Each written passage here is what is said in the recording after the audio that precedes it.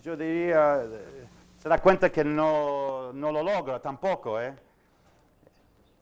Yo creo que un razonamiento matemático normalmente es más firme que un razonamiento político sociológico, pero certeza absoluta es difícil de tocarlo para nosotros los humanos. Por ahí en el cielo o en otro lugar se puede lograr, pero nosotros somos seres limitados y eso es la forma que yo interpreto estos resultados técnicos matemáticos de una forma para la vida normal. Otro comentario que quisiera decir, y ahora después quiero hacer un corte de 5 minutos porque tengo que ir corriendo a ¿se imaginan dónde? Sí, otro comentario que quisiera hacer es que es muy lindo, la física y la matemática son muy lindos, pero es decir, es evidente a una persona que caminando por la calle que la matemática tiene límites, que es incompleto. No hace falta el teorema de Gödel.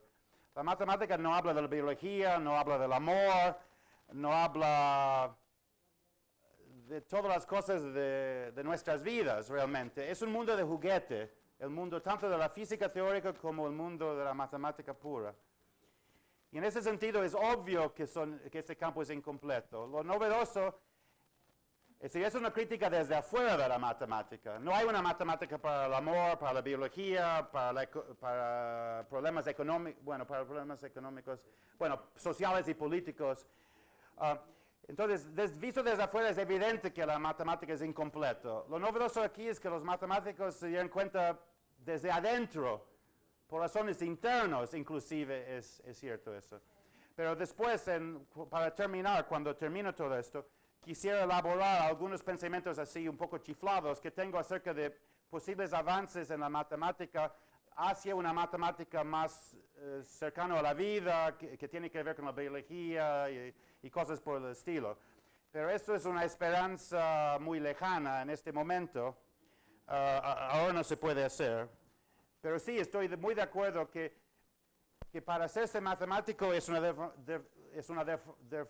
deformación. Uno tiene que cerrar los ojos a gran parte de la vida, la parte más importante, la familia, la biología, el mundo, y concentrarse en este mundo abstracto platónico de juguete, de la matemática pura o de la física fundamental.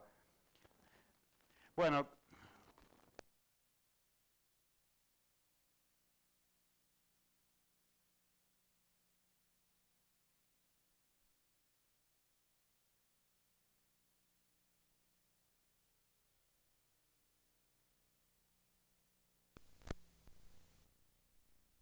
los temas que no toqué y después reabrir el diálogo, que creo que es muy útil para todos, para mí, además de para ustedes, porque yo también aprendo de ustedes, inclusive aprendo más de ustedes, porque mi campo ya lo conozco, así que lo que yo saco viniendo aquí es escuchar a ustedes y pensar cosas nuevas que no pensaría si no estuviera aquí en Sao Paulo con ustedes.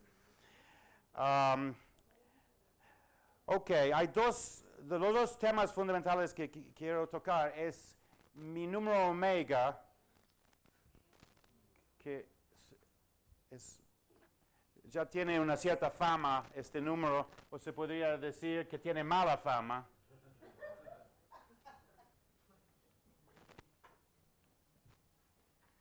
Y el otro tema que quiero tocar es mi esperanza para una matemática nueva o una física nueva, más humano o más vinculado con...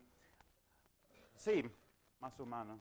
Pero esto es nada más que una fantasía, pero quién sabe, si uno no tiene fantasías no los puede lograr. Primero tiene que empezar con una fantasía. Algunas fantasías son pesadillas o son fantasías que no se realizan, pero cada adelanto tiene que empezar como una fantasía. Así que se los presento, se los voy a presentar. Bueno,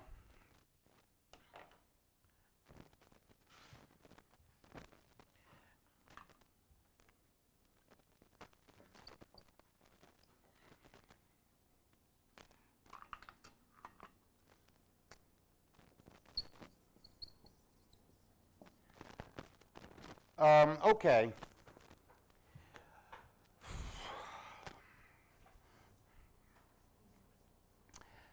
Émile Borel hablaba de creo que se escribe así, un matemático francés, 1920.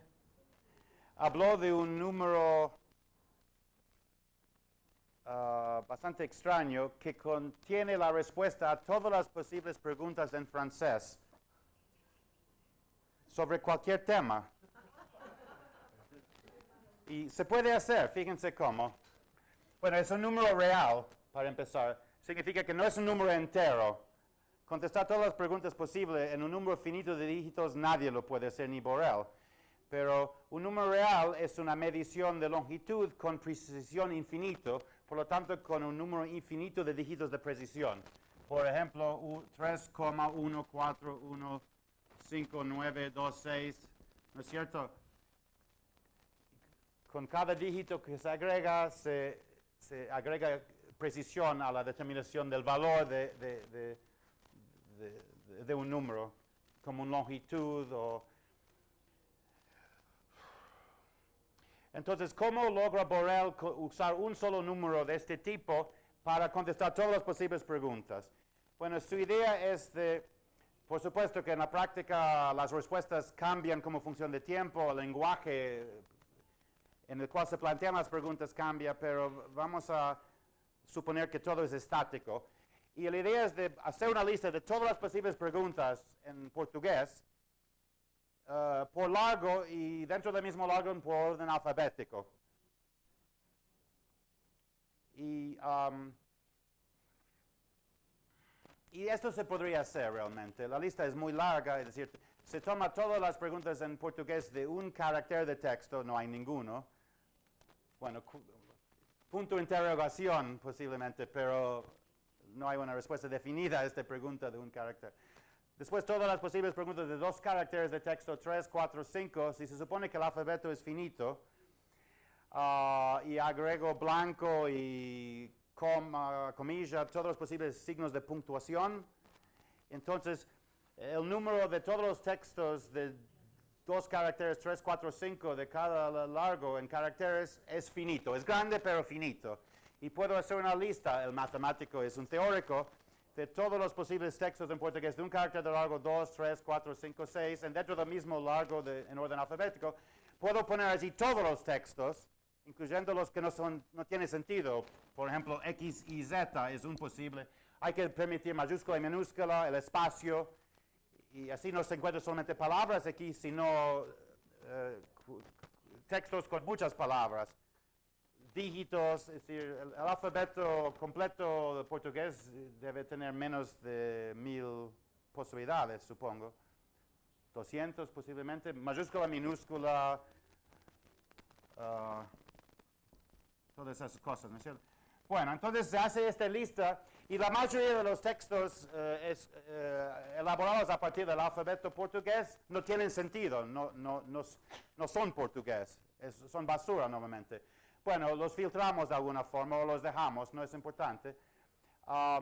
Se pueden dejar, pero comprendido en esta lista va a estar todas las posibles preguntas en portugués. También se van a encontrar todos los cuentos policiales, historias de amor, obras de literatura en portugués. Es una lista muy larga. Entonces, la idea es lo siguiente. Hago esta lista, hay un primero, un segundo, un tercero, un cuarto, un quinto, un sexto texto posible en portugués. Esto supone que el portugués no evoluciona, que no es cierto, pero...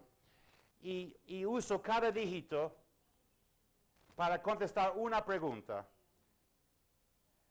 Para la enésima pregunta utilizo el enésimo dígito. Correspondiente dígito. Es el primer dígito para la primera pregunta, el segundo dígito para la segunda pregunta, el tercer dígito.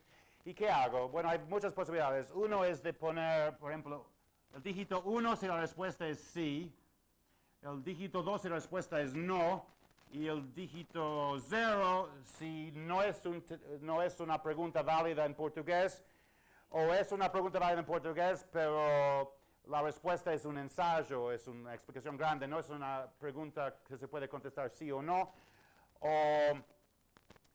o ejemplo, si es una pregunta con una respuesta no definida, qué sé yo, es decir, otra posibilidad aquí.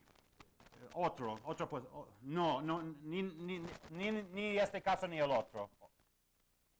Ni sí ni no.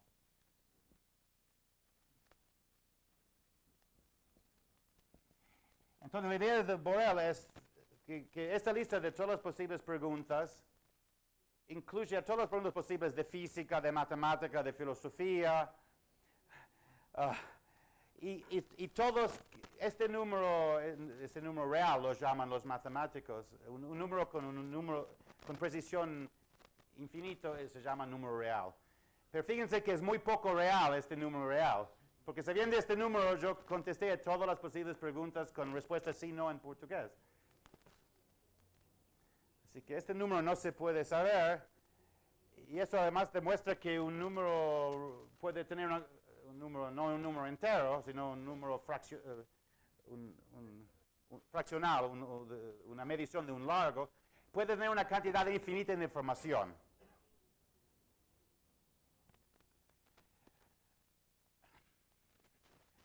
Y mi número omega es como este número de Borel. Lo que contesta es una pregunta que se llama el problema de detención de Turing. Si los dos grandes nombres en mi campo son Gödel, 1931, y Turing, 1936. De Gödel hablé un poco, pero de Turing no hablé. Él discutió no los límites del razonamiento formal o del razonamiento lógico, sino los límites de la computación. En un muy famoso trabajo publicado en el año 36, él concibió la máquina de Turing, que es un modelo matemático de una computadora. En esa época no había computadores reales. Y enseguida muestra que hay algo que ninguna computadora puede hacer. ¿Qué es lo que no puede hacer una computadora? No se puede calcular de antemano si un algoritmo, un proceso de cómputo se va a detener eventualmente o no, va a terminar eventualmente o no.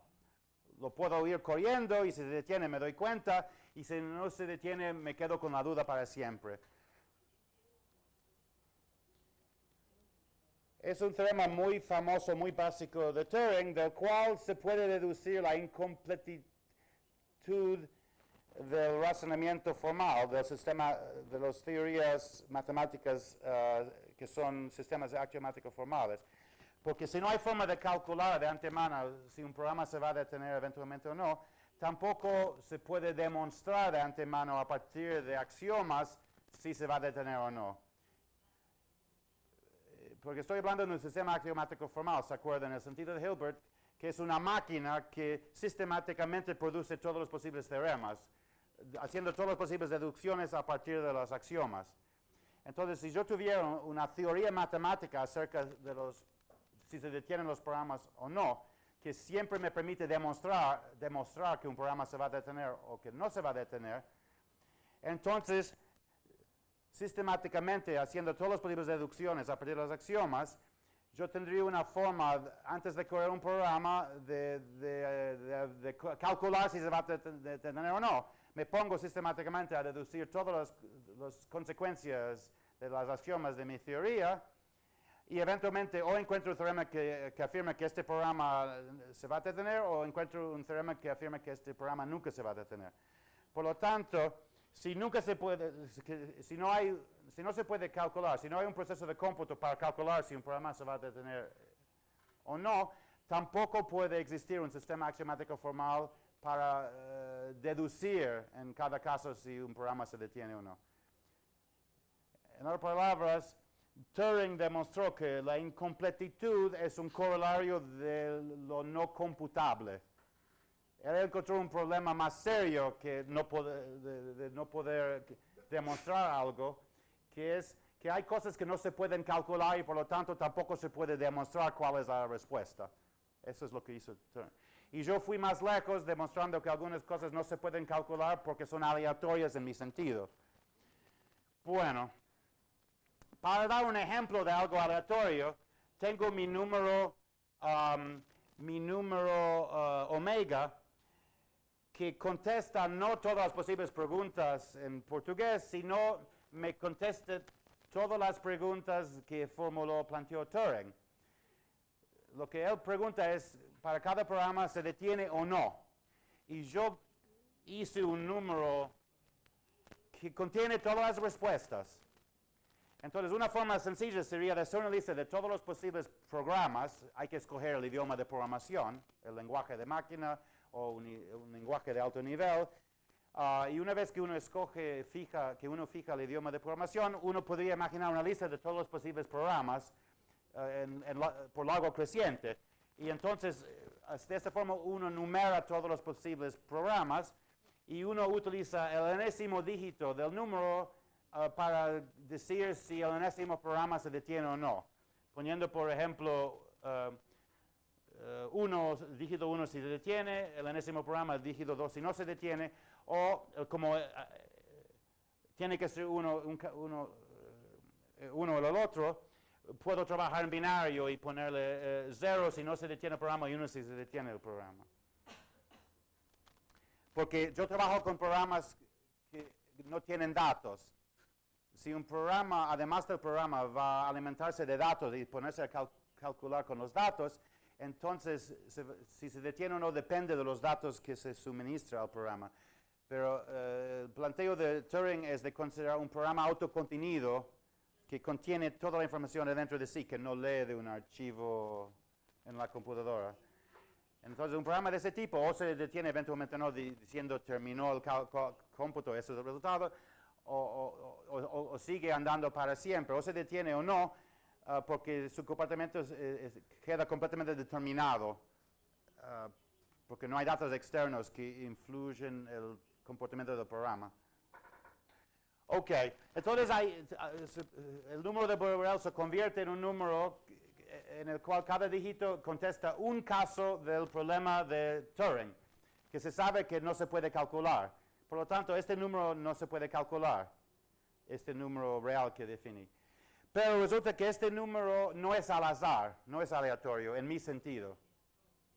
Es decir, hay una estructura, los dígitos se pueden comprimir, los bits de ese número se pueden comprimir. Es decir, el problema de detención, eso es probablemente demasiado técnico para ustedes. Es decir, casos independientes del problema de Turing no son independientes. Hay una conexión. Y la conexión es que si hay 1000 problemas de Turing de detención, no necesito yo indicar en 1000 casos si se detiene o no. Las respuestas no son independientes. Me basta con saber cuántos programas se detienen de los 1000. Si sé que exactamente 500 se detienen, este número, a partir de este número yo puedo saber cuáles se detienen y cuáles no, porque pongo a andar todos esos 1000 programas hasta que encontré que 500 se detuvieron. Y sé que el resto nunca se van a detener. Bueno, estoy mostrándole que esta información se puede comprimir, que el problema de detención de Turing no da aleatoriedad en mi sentido, porque instancias particulares del problema de Turing no son independientes uno del otro. Entonces, mi número omega es una forma de contestar todos los posibles problemas de Turing con un solo número que no tiene esta redundancia, en el cual cada bit realmente trabaja. No hay redundancia, me da la máxima cantidad de información. Y este número se define como la probabilidad de detención de un programa. Es decir, es como un pun, un double entendre, on dit en français. Es como un doble sentido, exactamente, es lo mismo en castellano que en portugués. Es un doble sentido. Turing habla del problema de detención y dice que el problema de detención no se puede resolver mediante un algoritmo. Y yo hablo de la probabilidad, no el problema de detención, y digo que la probabilidad de detención es aleatorio, no que el problema de detención no es computable. ¿Cuál es la probabilidad de detención? Bueno, es un número entre 0 y 1, probabilidad de detención. probabilidad 1 es si todos los programas se detienen, que no es el caso. 0 sería si ningún programa se detiene. Y la verdad es que algunos programas se detienen y otros no, así que este número está entre 0 y 1, ni es 0 ni 1. Bueno, eso es todo muy técnico. El resultado final es que encontré una forma fácil de definir un número y que no lo hice por mi cuenta, sino que partiendo de una idea muy conocida de Turing del año 1936, que ya se ha estudiado mucho. Y tengo un número, como el número pi, que está escrito aquí, tengo un número. Y es un número en particular, porque especifico el lenguaje de programación utilizado aquí en el planteo de Turing. Y el hecho es que este número es completamente aleatorio en el sentido que sus dígitos o sus bits, si se escriben binario, no tienen estructura, no son comprimibles en mi sentido. Es decir, esto es donde yo encontré el azar puro dentro de la matemática.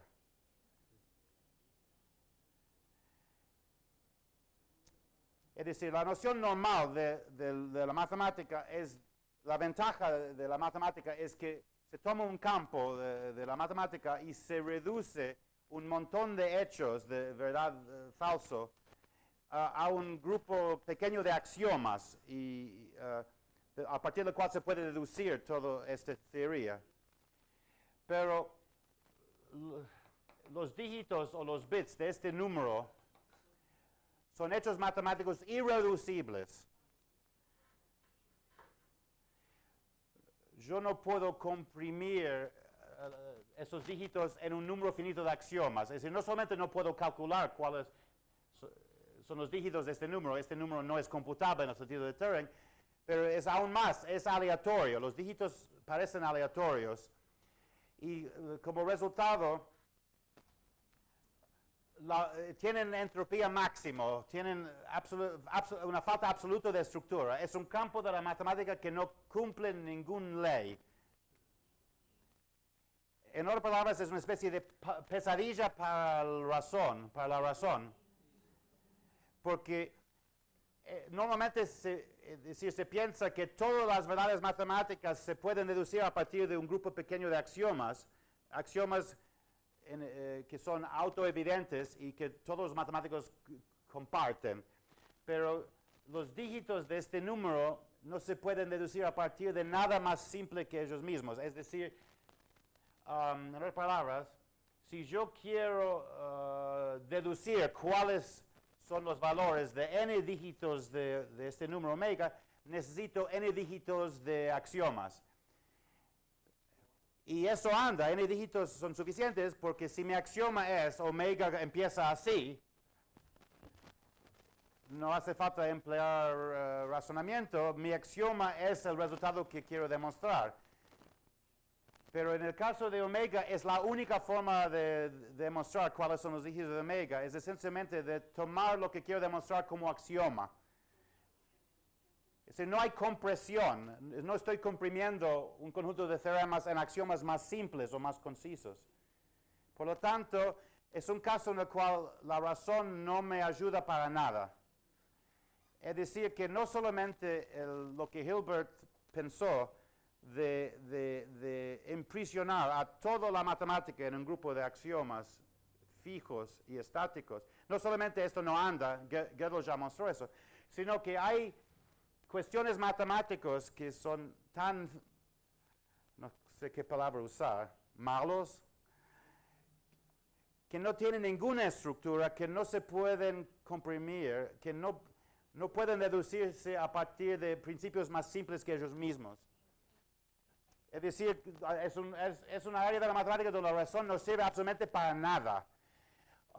Es decir, los dígitos de omega son aleatorios en un sentido de lógicamente aleatorio. Cada dígito tiene un valor específico, pero yo no puedo saberlo porque no hay ninguna razón que tiene el valor específico que tiene. Es decir, normalmente se piensa que si algo es cierto hay una razón de ello. La razón que algo es cierto, el matemático lo llama una prueba. Pero no se puede demostrar cuáles son los dígitos de este número porque son accidentales. Es decir, estos son hechos matemáticos que son ciertos por ninguna razón, al azar, accidentalmente. Ahora, hablando de un punto de vista físico, sin embargo, este número no es tan extraño.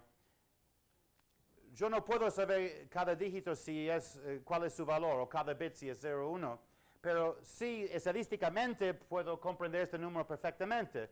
Si lo escribo en binario, es exactamente lo mismo que el resultado típico de echadas independientes de una moneda equilibrada.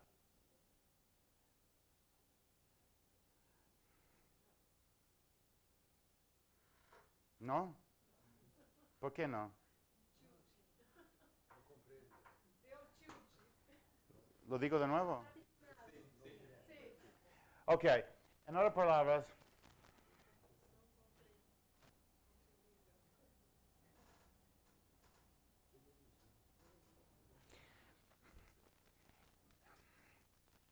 si voy tirando una moneda al aire y mirando si me da caras o secas, cada resultado es un hecho que no tiene que ver con ningún otro hecho. Es decir, son independientes desde el punto de vista estadístico o probabilístico.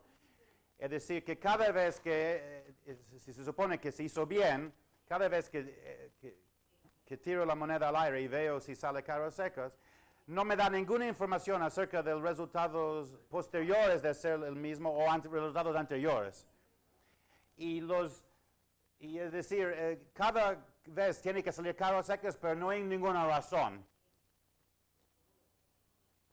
Son como hechos atómicos que no se vinculan con ningún otro hecho. Y es exactamente lo mismo con los dígitos de este número real si lo escribo en decimal o con los bits de este número real si lo escribo en binario. Así que yo encontré una forma de hacer un modelo de echar una moneda al aire dentro de la matemática pura. Eso es lo que es. Encontré un lugar donde la verdad matemática es tan aleatoria como echar una moneda al aire, echadas independientes de una moneda al aire. Ahora, ¿qué pasa con esto? Los físicos les encanta eso. Es un lugar donde la matemática tiene entropía máxima.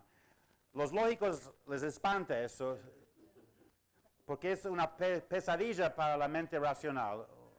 Una pregunta, es decir, normalmente se piensa que la razón puede contestar cualquier pregunta clara planteada por la razón, formulada por la razón.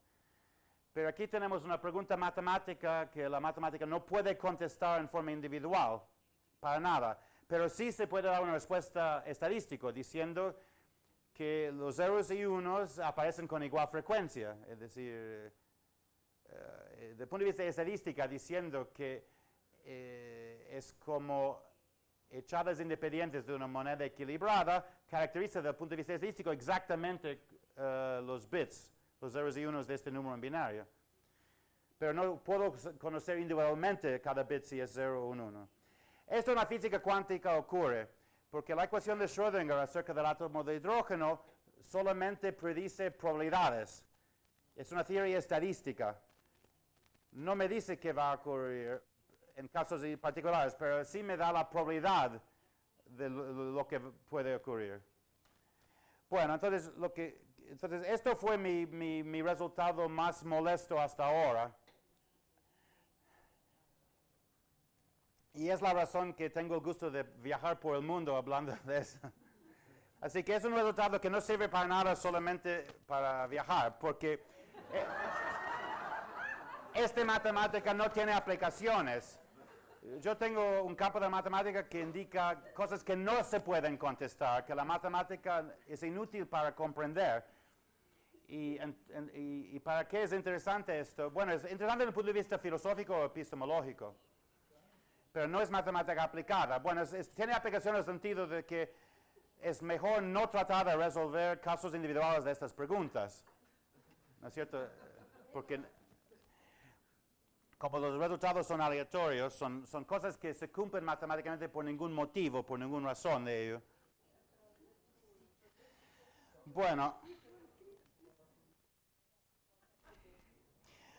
Ok, para terminar, quisiera hablarles de mi visión de un futuro matemático más humano, o que tiene que ver con vida o biología o cosas. Professor, Sí, só uma pergunta, desculpe. Até onde eu consegui entender, a minha questão seria como isso se relaciona com o princípio da incerteza. bueno, sí. Bueno, con el resultado específico de Heisenberg no hay ninguna conexión directa, pero estoy de acuerdo desde un punto de vista humanístico o filosófico hay una cierta semejanza, que el principio de incertidumbre de Heisenberg habla de límites um, en la física y esto habla de límites en la matemática.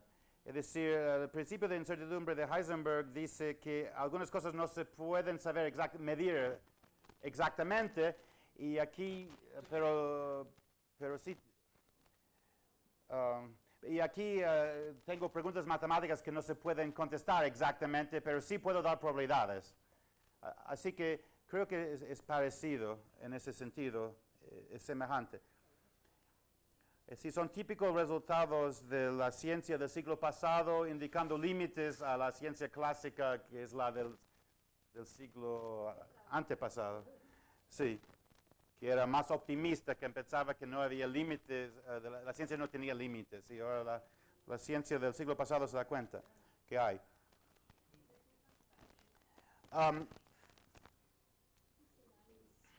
Bueno, ya les dije que lo de Gödel y lo mío es una crítica interna del alcance de la deducción formal, el razonamiento formal. Es una autocrítica de la matemática desde dentro, pero muestra que hay límites, que cualquier sistema de axiomas es incompleto. Pero cualquier teoría matemática es incompleto. Pero visto de afuera es obvio que la matemática es incompleta porque no incluye a la biología, a la psicología, a nuestras vidas. Es decir, el matemático profesional se deforma y no piensa de esas otras cosas, trata de pensar de las cosas de su mundo de juguete. Pero a mí me gustaría tener una teoría matemática de mayor alcance, y yo propongo esto como una tarea para este siglo nuevo. Y por qué no háganlo en Brasil, donde ustedes pueden trabajar un tema que no está de moda en otros países.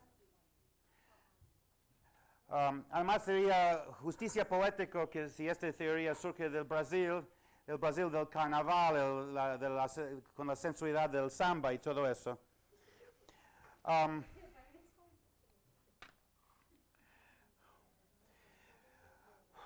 Quiero decir un poco más.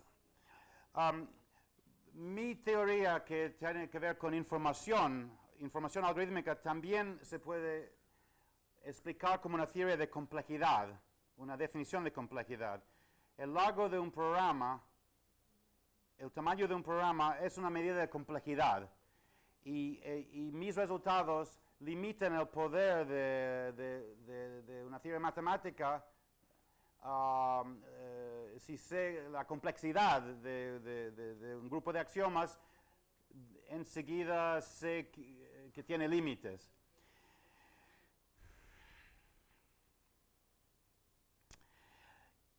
Así que una forma de tener una visión para el futuro, de vislumbrar desarrollos futuros, es de hablar de sistemas complejos.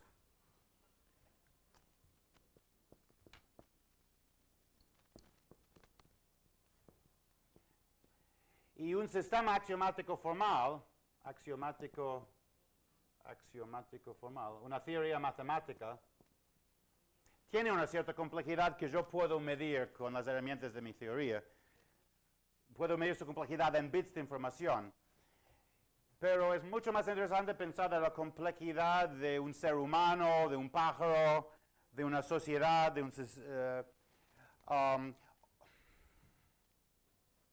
o de un mente.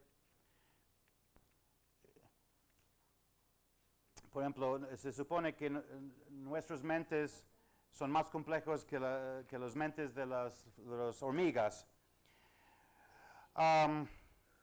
Entonces,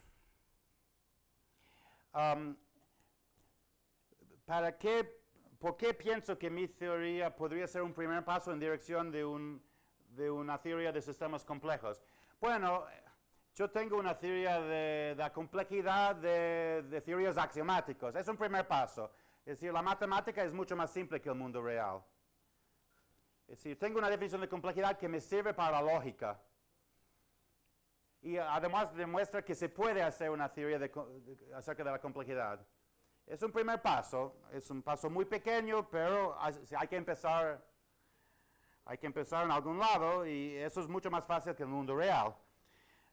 Pero tengo que confesar enseguida que la noción de complejidad que se aplica a la biología, espero que hay una definición matemática de complejidad en la biología, probablemente no es mi definición de complejidad, va a ser algo diferente. Por supuesto que ustedes me van a decir, no hace falta una teoría matemática de la complejidad biológica porque lo reconocemos cuando lo vemos. Es decir, un virus es más simple que un protozoa, que una bacteria. Una hormiga es más simple que un ratón. Nosotros somos bastante complejos. Del punto de vista biológico, nuestra complejidad es muy cercana a de un chimpancé o un elefante, pero nuestro cerebro es mucho más complicado que esos animales. En ese sentido somos mucho más complejos. La forma que pensamos va muy por encima de parientes cercanos nuestros. Me gusta la palabra complejidad, pero también me gusta la palabra información que tengo en mi teoría. Entonces, déjenme darles ¿cómo se llama? Un sermón sobre la palabra información. Mi teoría habla de información, pero información lógico, información matemático, bits de sistema axiomático formal, información en una teoría matemática. Pero también uno ve información en la biología molecular se habla de ADN, ¿no es cierto? Y además hay información mental, que son ideas, como nosotros somos todos intelectuales y no estaríamos afuera disfrutando del sol, del hermoso tiempo afuera, ideas son información muy importante, pero es información mental. ADN es información biológica. Y yo hablé de información matemática, que es mucho menos interesante que esos otros tipos de información. Y ahora quisiera hablar un poco de niveles de realidad o niveles de abstracción, que entiendo que es uno de los temas de esta conferencia. Les voy a explicar mi enfoque acerca de niveles.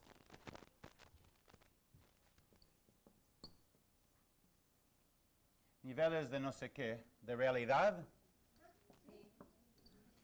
Bueno, el ejemplo que me convence más a mí es la computadora. Hardware, software.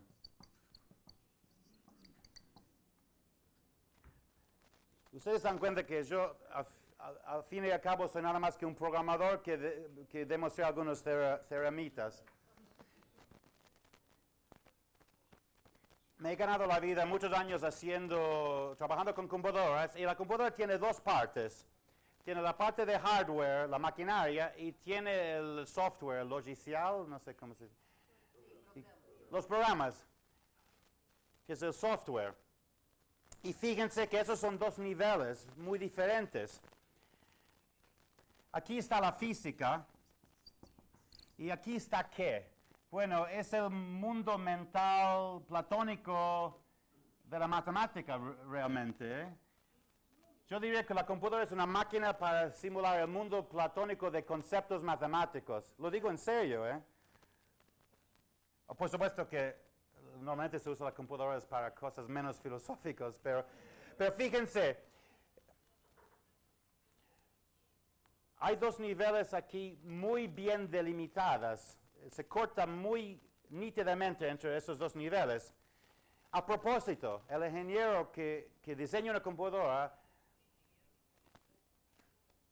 trata de mantener una ficción de algoritmos, de un lenguaje de programación. Un lenguaje de programación no es nada material. Un lenguaje de programación, un programa no es algo físico.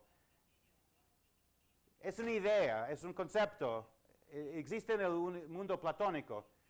Y a mí no me hace falta para nada saber cómo está diseñada la computadora. Ese es el problema del ingeniero. Entonces aquí tenemos dos niveles totalmente diferentes. Ahora apliquemos esto al problema del reduccionismo.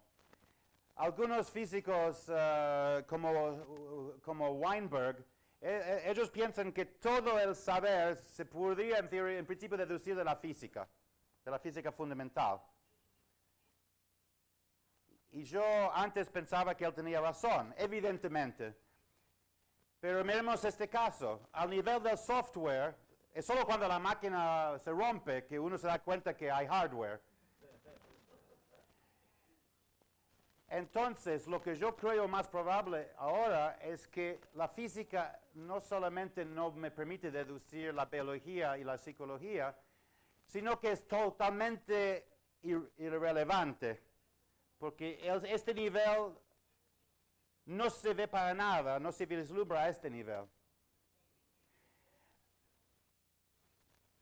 Pero por supuesto, en la vida real, los niveles son un poco diferentes. Se empieza con electrones, por ejemplo, después átomos, después moléculas, después moléculas de carbón, ¿no es cierto?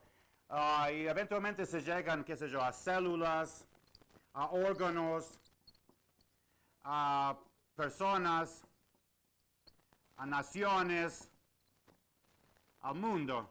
Hay muchos niveles aquí. Y no es tan nítido y tan perfecto, no se corta de un nivel a otro. A veces en un nivel más alto se ve lo que está pasando abajo. Un poco. Entonces, para decir algo bastante chiflado, quiero hablar de ideas. Una pregunta filosófica es si el mundo está hecho de materia o de ideas. ¿No es cierto? Son dos puntos de vista absolutamente opuestos. Uno dice que lo básico son ideas y el otro dice que lo básico son objetos físicos. Bueno, aquí tenemos las dos cosas en una forma muy clara y los dos son importantes. ¿Y nosotros dónde estamos? Bueno, yo diría que nosotros, uno puede pensar que un ser humano es un objeto físico, por lo tanto la física se aplica. Yo digo que no, para nada. Nosotros somos una idea de la materia. Es decir, el ADN es un nivel por encima de la física que trata de esconder lo que pasa abajo. El ser humano es un nivel aún más alto, es decir, el pensamiento humano ocurre a una idea un nivel absoluto aún más alto que el nivel de la ADN de la biología.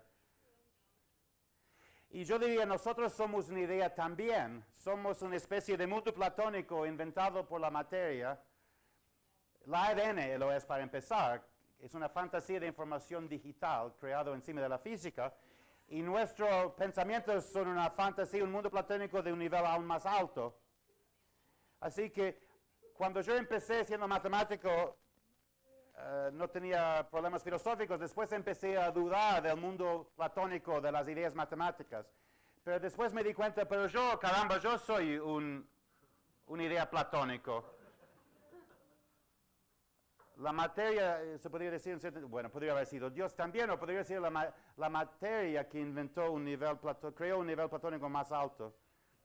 Bueno, son varios niveles que hay que atravesar para llegar a nuestros pensamientos. Hablando de otra forma, continuando en este mismo terreno un poco peligroso, el punto de vista de Hilbert y tradicional de la matemática es un punto de vista absolutamente estático. Que la verdad matemática se conoce de una vez por todas, queda terminado, listo, estos son los axiomas, punto final.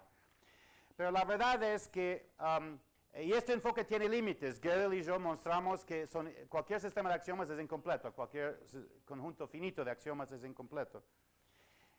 Pero la matemática sigue adelante. Realmente estos resultados pesimistas de Gödel y los míos no molestan a los matemáticos. ¿Por qué?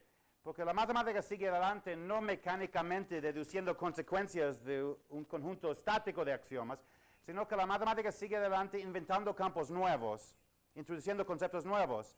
Y el trabajo de Gödel y el mío son ejemplos de cómo la matemática evoluciona. La matemática no es estático como quiso Hilbert, sino que evoluciona continuamente agregando conceptos nuevos, conceptos revolucionarios. Zero era un concepto revolucionario. Es la idea de que nada es algo, ¿no es cierto? El raíz cuadrado de -1 es una idea revolucionaria. Todavía se llama imaginario porque los matemáticos se asustaron de esa idea, pensaron que era imposible. Pero ahora juega un papel importante dentro de la matemática, el número i, que es el raíz cuadrado de -1. Es un número que cuando se multiplica por sí mismo da -1. Y se da cuenta que 2 por 2 da 4 y -2 por -2 también da 4. Entonces había que arriesgarse y inventar un concepto nuevo que es un número que cuando se multiplica por sí mismo da un resultado negativo. Y eso fue muy revolucionario. Yo diría que hay una evolución de ideas matemáticas, lo mismo que hay evolución dentro de la biología, evolución de nuevos organismos. Fíjense además, como aquí en Brasil uno puede hablar del sexo bastante abiertamente, como carnaval, ¿no es cierto? Es como una explosión de sexualidad, ¿no es cierto? Una vez al año. Fíjense que el sexo tiene que ver con información, ¿no es cierto? Se está transmitiendo información del varón a la hembra, del hombre a la mujer. Y la utilidad del sexo es que buenas ideas biológicas así se reparten más rápidamente. Es decir, con organismos no sexuales, una mutación, un nuevo concepto biológico, lo paso solamente a mis descendientes. Pero si hay dos ramas independientes, ellos no pueden combinar un nuevo concepto biológico. Pero con el sexo, todas las buenas ideas biológicas pueden ser propiedad común de toda la raza humana. ¿Raza humana se dice? No. La especie humana. Sí. Entonces, el sexo es una idea desde el punto de vista de teoría de información, yo diría. ¿Se dan cuenta que me gusta mucho la noción de información?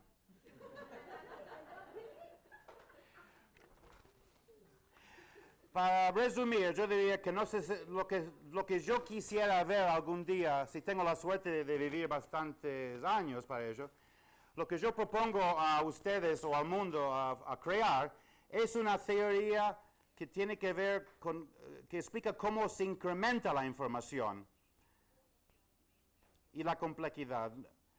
En la matemática, donde el incremento de información y la complejidad son nuevos conceptos y nuevos campos de la matemática. En la biología, donde incrementar información se hace a partir de evolución, creando nuevas formas de vida. Y en el pensar, donde incrementar información significa, es la inteligencia, es pensar.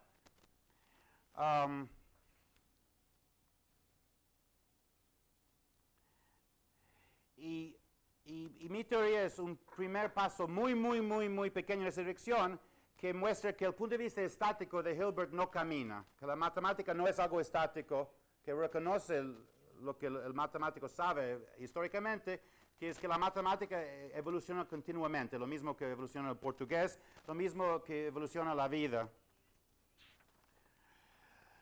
Bueno.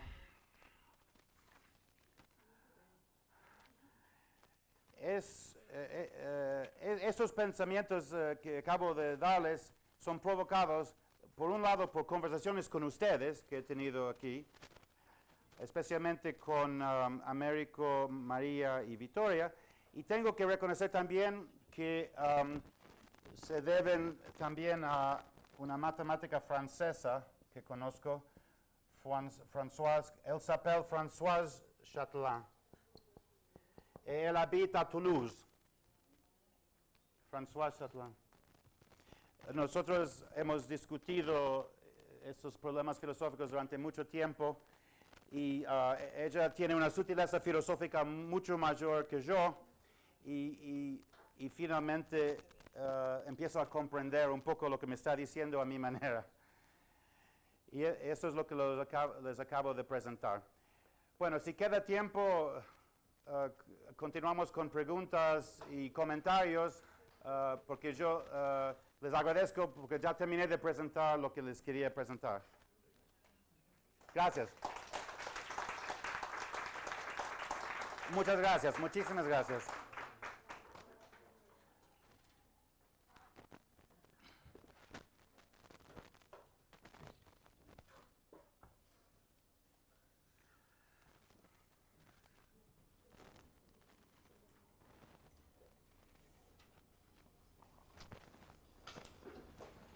Bueno, ¿qué estamos haciendo? ¿Un pequeño intervalo?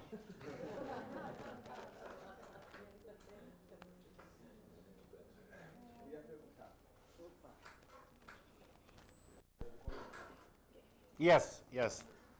Thank you.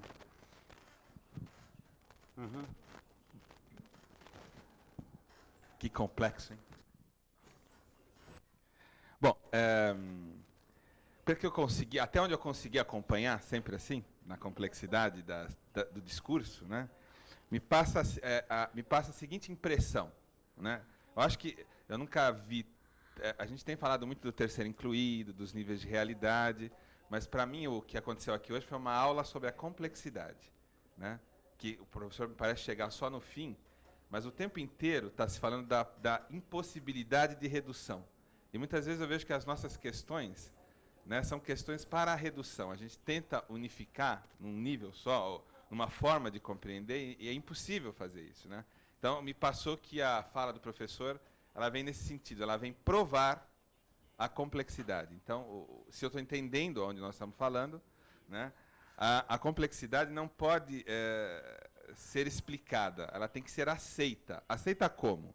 Pela prova de que ela é irredutível. E toda a fala do professor me vem o tempo inteiro nisso. Ele prova, na minha compreensão aqui limitada, a complexidade, a prova da complexidade. É impossível reduzir, né? Agora, como é que é possível fazer transdisciplinaridade aí, nessa história, né? E aí eu estava lembrando um pouco do que o Márcio falava ontem, da metodologia, né?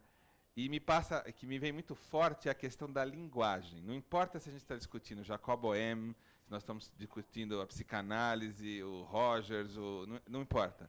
O elemento é simples. Eu acho que a fala do professor vem muito nesse sentido. O elemento transdisciplinar ele tem que ser simples, para que a gente possa cruzar e entender e compreender a linguagem. Ela tem que ser uma linguagem que seja acessível. Ela não precisa ser complexa. E não é simplista, ela é simples. Eu acho que essa é a tarefa da transdisciplinaridade, e essa tarefa que o professor, no meu modo de ver, demonstrou para nós aqui. Ele demonstrou, no meu modo de ver, a complexidade. Não sei, eu gostaria de ouvir o professor sobre isso, não sei se eu consegui captar a mensagem, mas para mim, desse ponto de vista, fica essa questão aqui.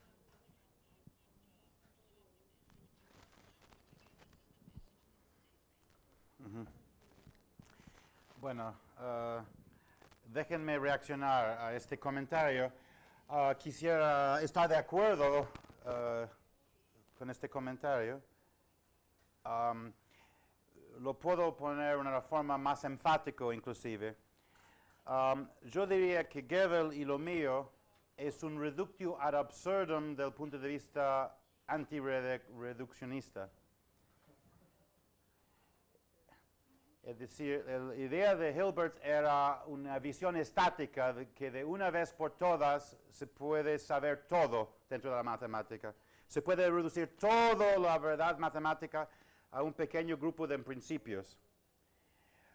Y Gödel y yo trabajamos dentro de la matemática pero encontramos los límites de la matemática en ese sentido. Así que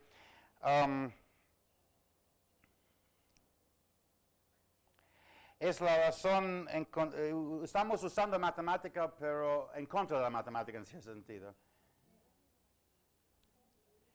Es decir, el reduccionismo dentro de la matemática mismo no anda, y aún menos en el mundo real, yo diría. En la matemática misma no se puede reducir todo a algunos principios fundamentales. Y lo que pasa con Gödel y con mi trabajo, creo, en forma más enfática, se empieza compartiendo esta visión con Hilbert y después todo explota. Así que es un reductio ad absurdum del punto de vista reduccionista, yo diría. Eso es lo que es el resultado de incompatibilidad de Gödel.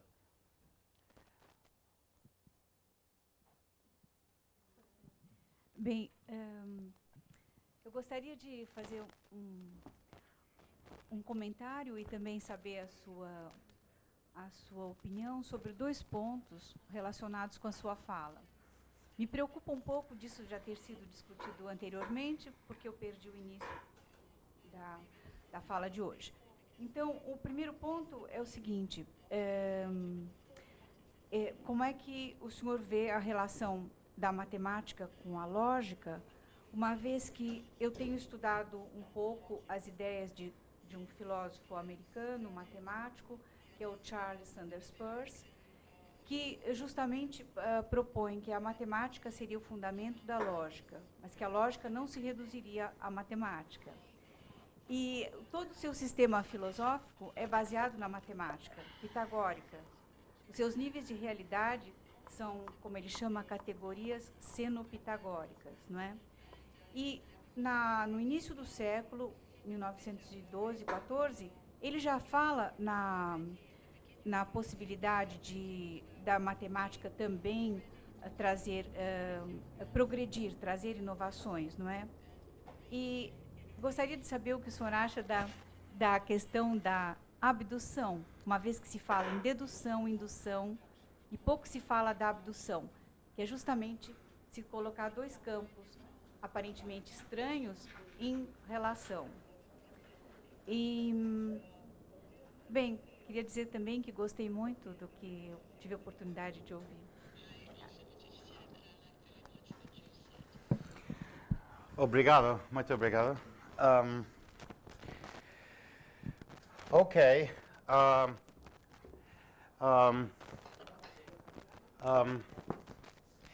Sí, creo que sí ¿se escribe así? No.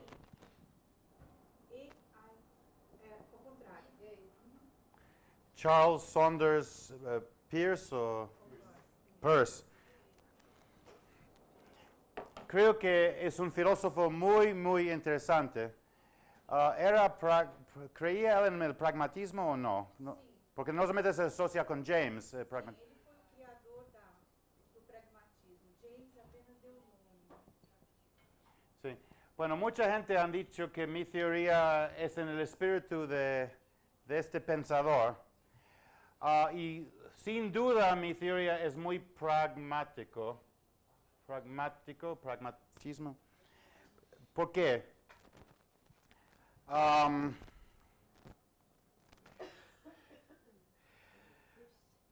Bueno, yo creo que la matemática y la física son básicamente pragmáticos.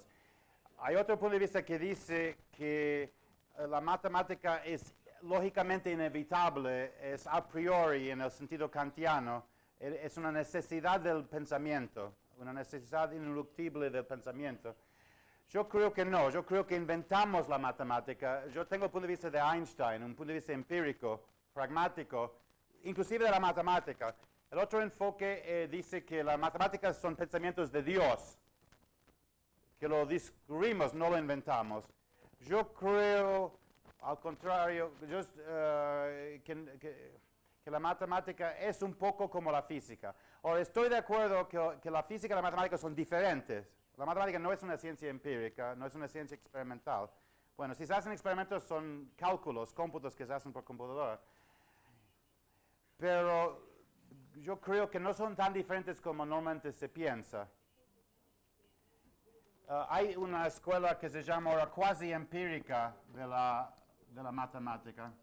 Empírica de la matemática.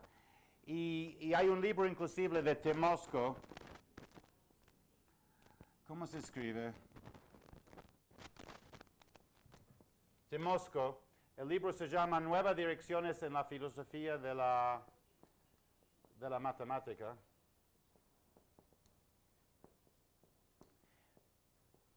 Y está publicado por la imprenta de la Universidad de Princeton. Princeton University Press. Y es una colección de ensayos que todos apoyan a un nuevo punto de vista cuasi empírico.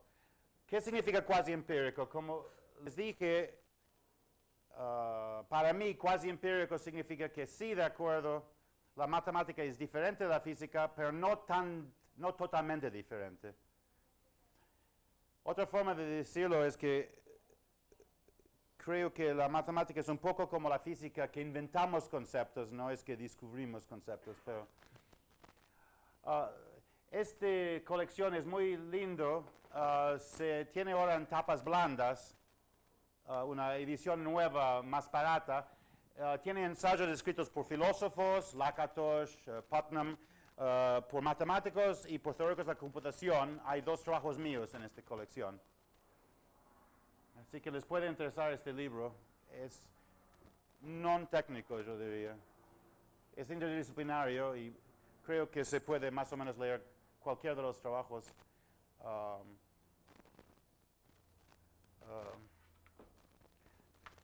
Así que, sí, este pobre hombre no tuvo éxito durante su vida, pero con cada año se le ve más grande la sombra que deja.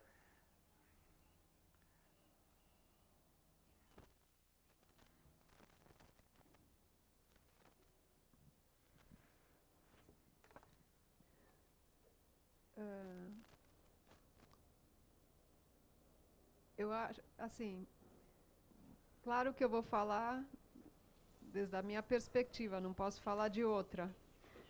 Mas, da minha perspectiva, eu hoje fui privilegiada porque estive com um matemático que descobre coisas e que fala de uma maneira que eu tenho acesso.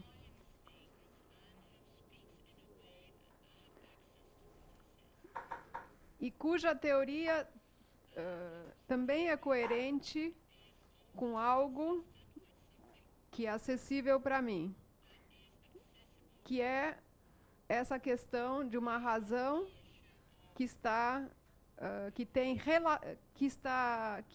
tem semelhança com relação.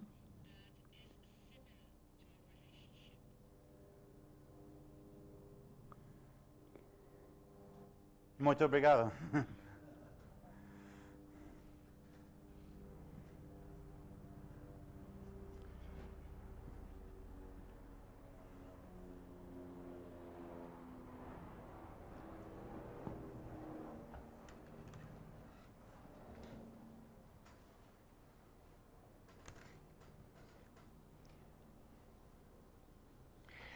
Una reacción extrema sería que esto es desde el punto de vista racional, reduciéndose a una absurdidad, por lo tanto tenemos que ser todos místicos.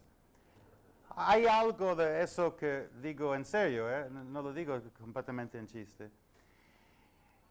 Es decir, esto es el punto de vista racional mostrando que tiene límites. Entonces, si el punto de vista racional tiene límites, ¿cuál es la alternativa? Bueno, hay muchas alternativas y se podría decir que lo extremo contrario a lo racional es lo intuitivo, la inspiración, inclusive el misticismo. No sé, ¿qué piensa usted, Américo, de esta eyaculación intelectual que acabo de cometer? En inglés la palabra tiene sentido sexual y no sexual. Não sei se em português também. Eu acho que são excelentes portas.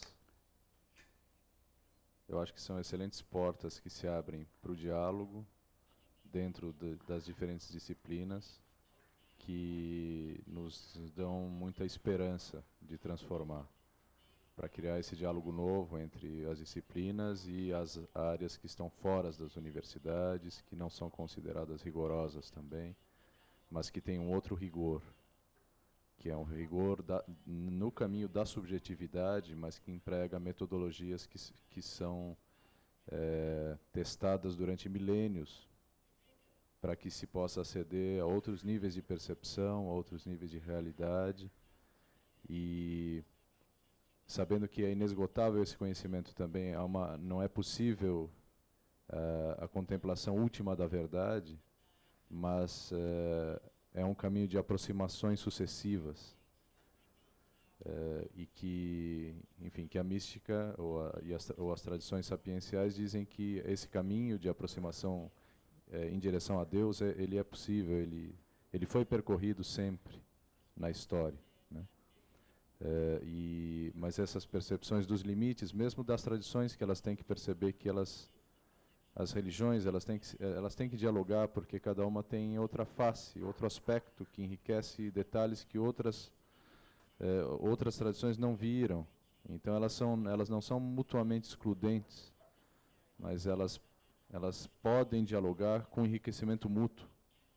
E eu acho que é um pouco isso que você tem trabalhado para isso dentro da matemática, que é a sua área. Talvez eu tenha trabalhado também com isso na minha área, que seria o diálogo dentro da mística ocidental, do cristianismo, o diálogo do cristianismo com o judaísmo, porque em princípio eu sou judeu, mas eu sou cristão, e ao mesmo tempo eu dialogo perfeitamente bem com o budismo, e sem abandonar o meu lugar, mas respeitando o lugar dos outros e também o seu lugar.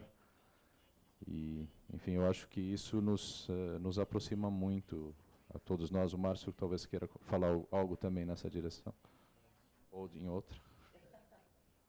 Eu fiquei muito feliz com a possibilidade de falar com uma pessoa que trabalha na IBM e no programa na porta dos níveis de realidade entre o software e o hardware, porque a coisa que mais me preocupa é que eu não tenho muita paciência para ler a estrutura lógica que montou o software, e toda vez acontece um problema grave comigo, que eu destruí o computador, que é o erro fatal. Eu faço um pedido para eliminar aquele erro fatal que faz a gente ter que recomeçar tudo de novo, que eu acho que é o trabalho que ele está fazendo. No momento que ele descobrir esses números, esses bytes inteligentes, vai ter um deles que vai fazer a passagem de um nível para o outro, provavelmente, e eliminar esse problema do usuário sem ter tanta informação para brincar com a máquina. Na verdade, eu estou agradecendo a possibilidade desse trabalho de inteligência pessoal que você está fazendo, ou seja, requalificar os números e gerar o diálogo entre todos eles e dar qualidades para todos eles. Na verdade, é um meio de agradecer a ausência de dificuldade futura que provavelmente todos nós vamos ter ou teremos ainda se a metodologia continuar desse jeito. De qualquer forma, obrigado.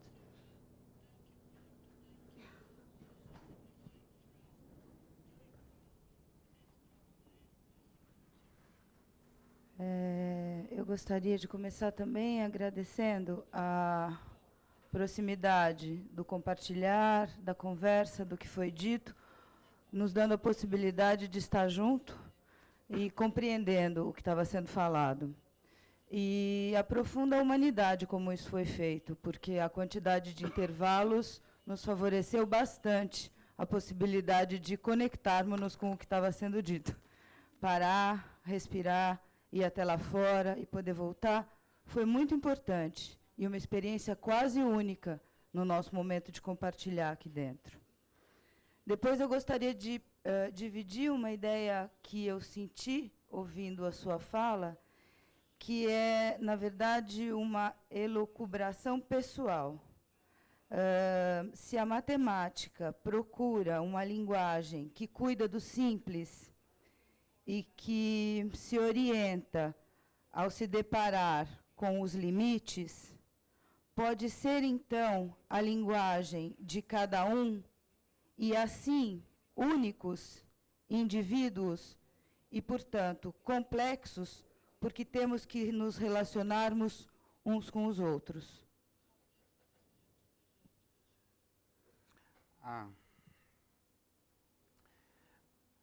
Bueno, sí, esto es una buena llamada a la atención. Sí, estuve presentando esta teoría de complejidad como si hay una sola forma de medir la complejidad de algo. Pero en cada sociedad hay conceptos naturales compartidos por la sociedad que en otra sociedad hay que explicarlos con mucho trabajo. Es decir, algo puede parecer simple en Rusia con sus tradiciones, como algo evidente, como una consecuencia evidente de una historia compartida o de una cultura compartida, y en Estados Unidos hay que dar todo una nota de pie de página muy largo para explicar eso, y no parece tan simple para alguien que lee esta novela de Dostoyevsky en Nueva York. Así que en ese sentido tengo que reconocer, es muy cierto que la complejidad de algo depende de la persona, porque cada persona ve algunas cosas como naturales y simples. Es decir, uno es el origen del sistema de coordenadas de cada uno y todos somos diferentes, con vidas diferentes y pasados diferentes y muchas veces culturas diferentes, religiones diferentes. Y en ese sentido, estoy absolutamente de acuerdo que la complejidad es algo relativo, no absoluto. Esto se refleja en mi teoría, lamentablemente. Es un problema molesto en mi teoría. Se refleja de la siguiente manera. El largo del programa depende del idioma de programación que uno escoge. Y algunas cosas parecen muy simples en un idioma de programación, pero requieren más trabajo en otro idioma de programación que empieza con otros conceptos diferentes. Y se refleja de la forma que usted comentó en la vida de cada uno de nosotros, en la necesidad de diálogo, de tomar cosas que a uno le puede parecer evidente dado sus experiencias en la vida, pero a otra persona no le resulta evidente. Y la mejor solución de eso es tratar de compartir así en un grupo ameno diferentes puntos de vista. Así que estoy de acuerdo con este comentario que además señala una dificultad dentro de mi teoría que está allí también, este mismo problema.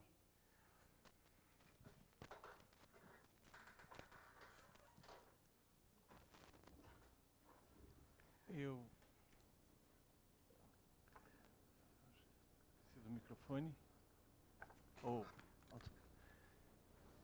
Eu gostaria aqui de expor um pouco ingenuamente a minha aqui uma maneira de ter visto a matemática desde criança como uma coisa linear. Por exemplo, os números inteiros 0, 1, 2, 3, como se fosse um crescimento linear. Depois os números reais, os números irracionais, etc., também como se fosse uma linha. Vejo também a colocação dos níveis de realidade como se eles fossem presos à força da gravidade, do elétron, dos átomos, das moléculas, das células, etc. E eu arrisco a recordar um pouco e a fazer uma tentativa de modelo onde, ao invés de nós termos um infinito para o menor e o outro infinito para o maior, nós poderíamos enxergar, talvez, os níveis de realidade como uma visão aristotélica sobre o universo, que seriam em esferas. As esferas da Terra, a esfera sublunar, a esfera supralunar, em cada a esfera seria um limite de infinitos pontos, teria um segundo limite para o menor e um terceiro limite para o maior. Desculpe a minha pergunta um pouco complexa, mas Bom, enfim.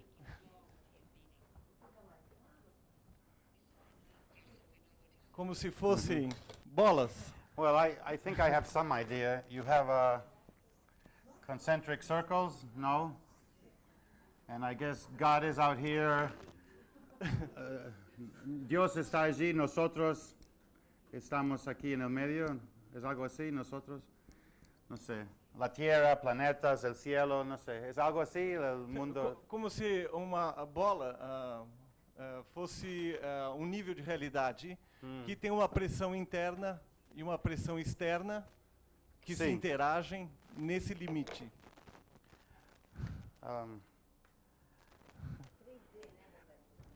Eso de niveles de realidad,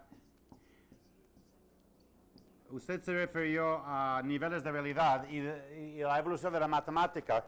La noción lineal es que vamos siempre para arriba, vamos siempre adelante, siempre va mejor la cosa, y así convergemos en la verdad absoluta finalmente, en el límite de tiempo infinito.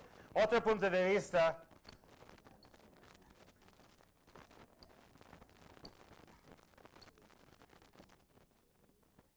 es que es un árbol posiblemente. Esos serían puntos de vista diferentes o tipos de vida diferentes. Niveles de realidad, es decir, puede haber niveles pero se puede divergir. Esos son como teorías matemáticas incompatibles. Por ejemplo, aquí está la geometría de Euclides y aquí está la geometría no euclidiana. Va en otra dirección. Eso también es posible. Y en ese caso no está la noción de una meta final, no parece tan claro. En otras palabras, la cuestión es de la evolución de la matemática, si es una necesidad, si siempre se mejora, o si hay en otras civilizaciones, en otros planetas, pueden haber ido en otra dirección. Y no sé la respuesta. Además, y traduciéndolo a la vida nuestra, esto sería la pregunta, si puede existir tipos de vida muy diferentes de los nuestros, con el cual sería muy difícil para nosotros comunicarnos. Y alguien puede decir, bueno, mi gato es así.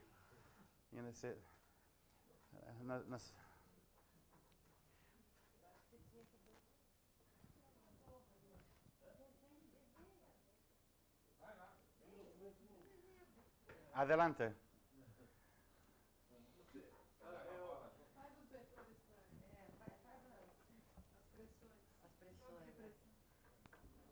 Azul, ¿va bien? Sí.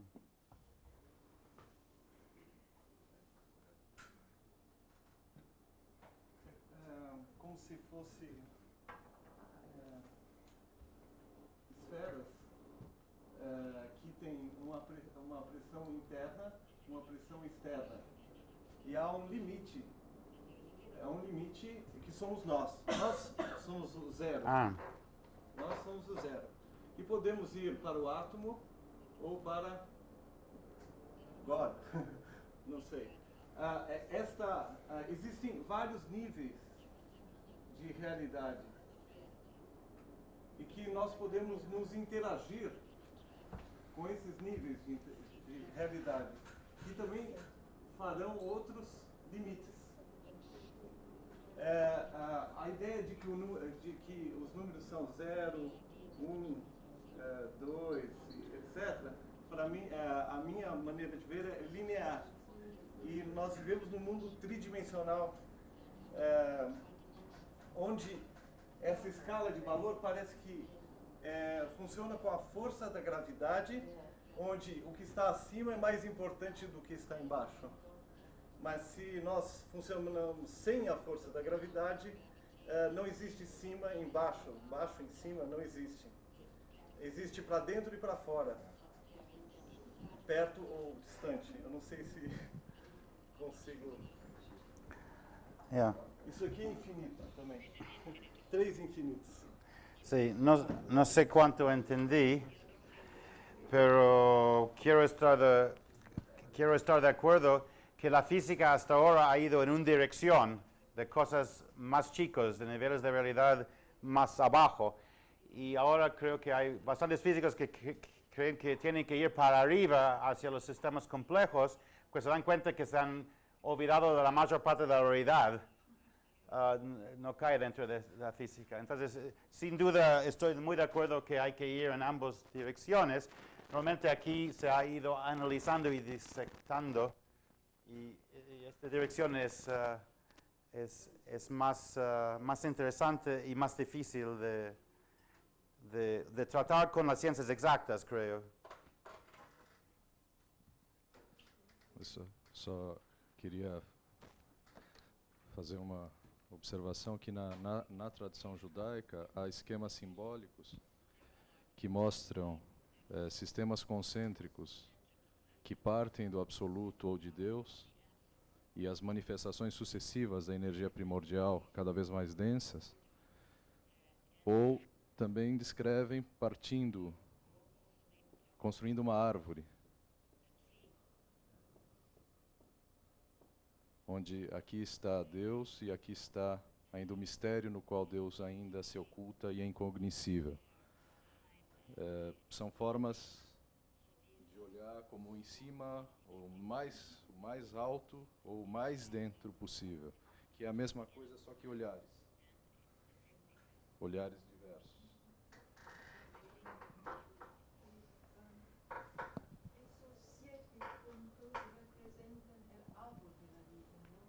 Los 7 puntos que você disse. É a árvore da vida. Agora veja, amém. E essa acho que é uma questão que sempre me vem. Mas talvez só desculpa, se formos entrar talvez nessas questões mais específicas, a gente pode voltar para, se não for talvez deixar para a discussão da tarde, até é importante para a formalização do nosso documento. Eu só quero comentar que sempre tem uma hierarquização e não é isso que de repente está sendo proposto. Por isso, então por isso que talvez aí é bom a gente entrar nisso num outro momento. Tá. Bom, primeiro queríamos mais uma vez agradecer ao Gregory Scheitin por estar conosco e pela exposição dessa manhã inteira que nos enriqueceu tanto. Me enriqueceu, imagino que a vocês também. E então, primeiro agradecê-lo simbolicamente com palmas, que são apenas símbolos. Sí, muchas gracias, el placer es mío. E nós vamos almoçar hoje aqui mesmo, ao lado, na sede da Escola do Futuro, todos juntos, porque todos os outros restaurantes da USP hoje estão fechados. Nós fizemos uma improvisação de almoço, mas esperamos que seja agradável e de bom sabor. E em seguida ao almoço vamos caminhar juntos até o Museu de Arte Contemporânea, olhar um pouco o acervo que está muito belo, muito belo. Então acho que vai ser um momento agradável. Voltaremos, no final estaremos todos juntos na ida e na vinda, às 3 horas, recomeçamos. Acho que não.